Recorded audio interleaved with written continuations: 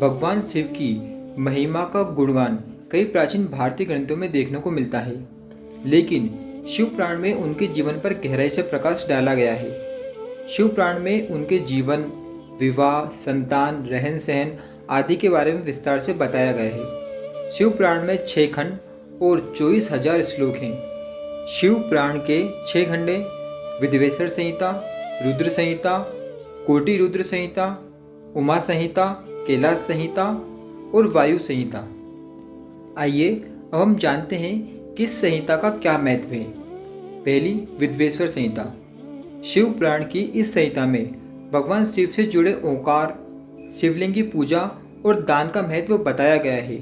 भगवान शिव के आंसू से बने रुद्राक्ष और उनकी भस्म के बारे में भी इसी संहिता में जानकारी दी गई है।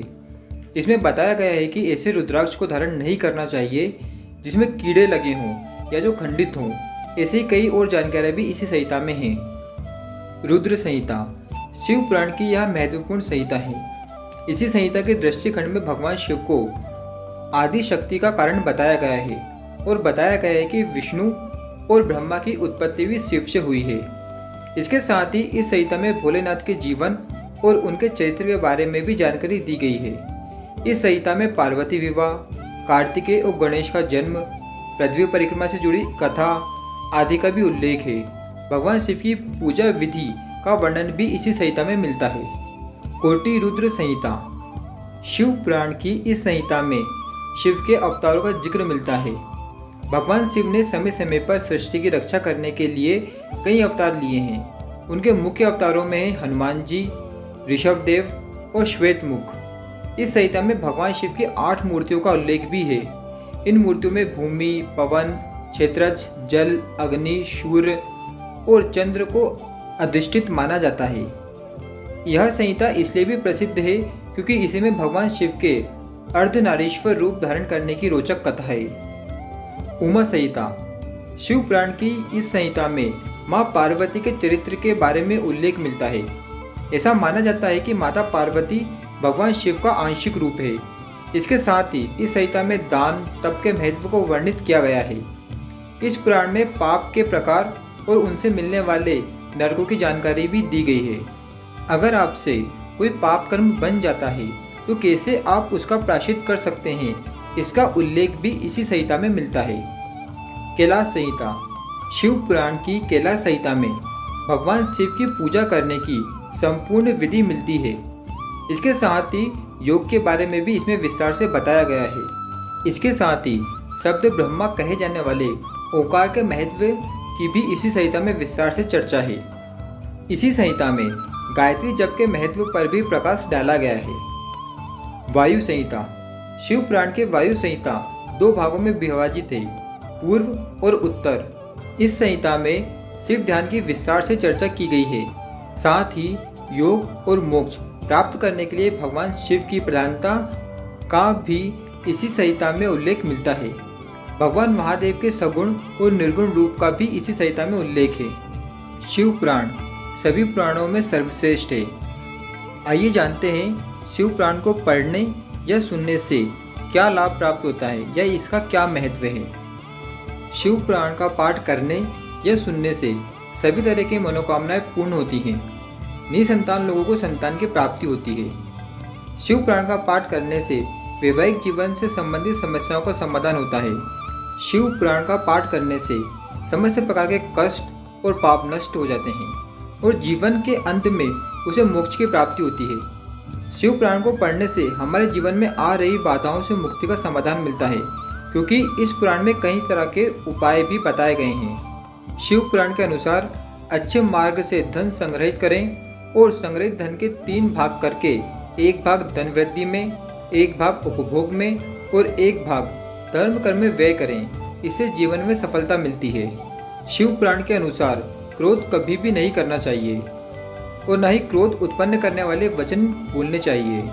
क्रोध से विवेक नष्ट हो जाता है और विवेक के नष्ट होने से जीवन में कई संकट खड़े हो जाते हैं। शिव पुराण के अनुसार शिवरात्रि व्रत करने से व्यक्ति को भोग और मोक्ष दोनों ही प्राप्त होते हैं और महान पुण्य की प्राप्ति होती है। पुण्य कर्मों से भाग्य उदय होता है और व्यक्ति सुख पाता है।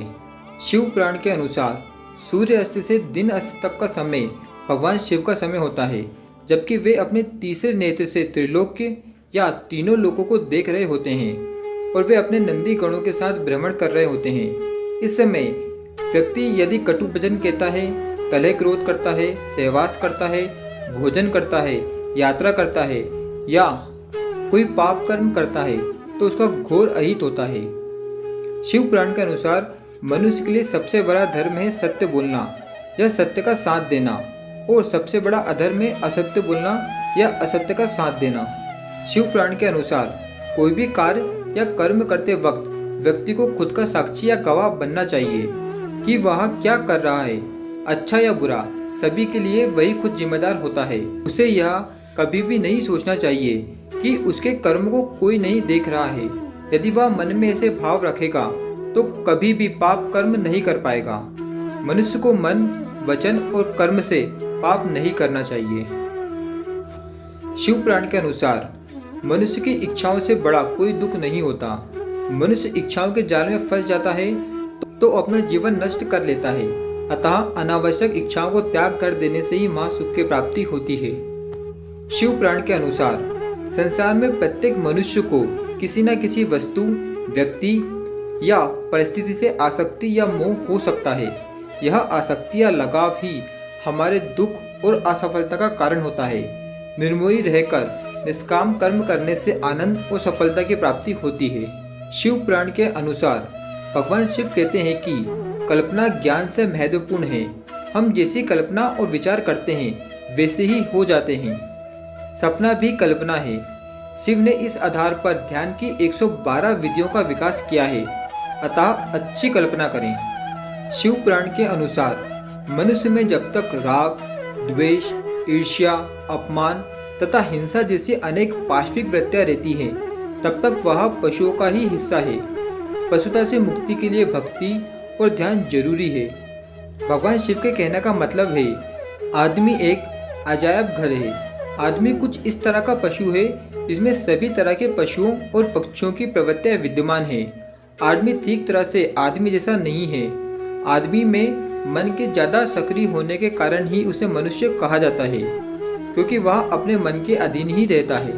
दोस्तों, शिव पुराण से हमें ऐसी कई सारी अच्छी बातें सीखने को मिलती है जिससे हम अपने जीवन को सुखी बना सकते हैं और अंत में मोक्ष को प्राप्त कर सकते हैं।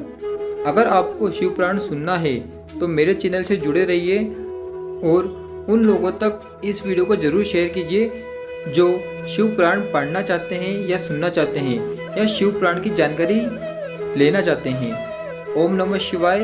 जय श्री राम।